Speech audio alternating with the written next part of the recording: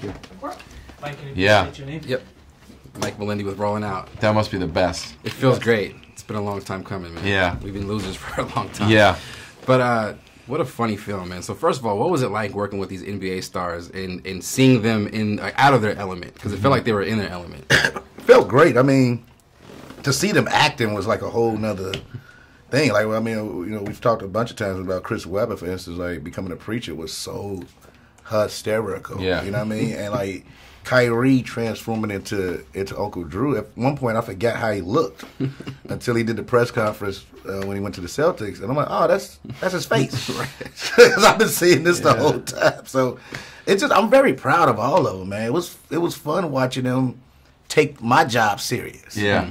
And I respect that, actually. They're all really humble, too, man. Like, these are legends. And I just was happy they were nice. And they were. It was crazy. It's like it's a weird thing to like sit on the court in between takes, and you're sitting there with Shaq. By the way, I'm sitting there. Shaq's on on an apple box, and he's still taller than me. But talking to him about business and stuff, he's so smart. He's worked so hard. All he wants to do. Truly, it's like that dude works constantly. Yeah. And it's like there's a reason these dudes are legends. And Lisa as well, like they work harder than everybody, they're smarter than everybody, they show up on time, and they have humility, and they just do it. And that translates obviously onto the court, but also doing comedy. Because like I think people take for granted, you're like, oh, you get up and you be funny, da da da. But it's like it's work in its own way, and they all took it really seriously, and I mean, also just fun for me. Also, like talking trash, like watching Reggie Miller. I'm the coach of the opposing team. Reggie's trying to hit a three in the corner, and I'm just yapping away. I'm like, no Spike Lee happening here. You know? Right. I mean, talk about the culture of basketball a little bit. I mean, given the fact that we're talking about Rutgers, and the fact that there's so much street element that goes into it. And it's a lot more fun to watch, given there's less rules and stuff.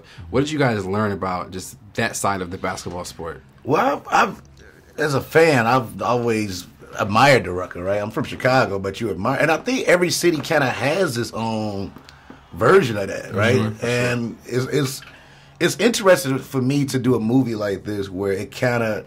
So look, I'll tell a quick story. Right? This is a crazy story, but I was 12 years old and I coached a tournament team, and they gave me a team, and the dope dealers always had the best team, right? They get all the best players, or whatever. So I had to get all the nice kids.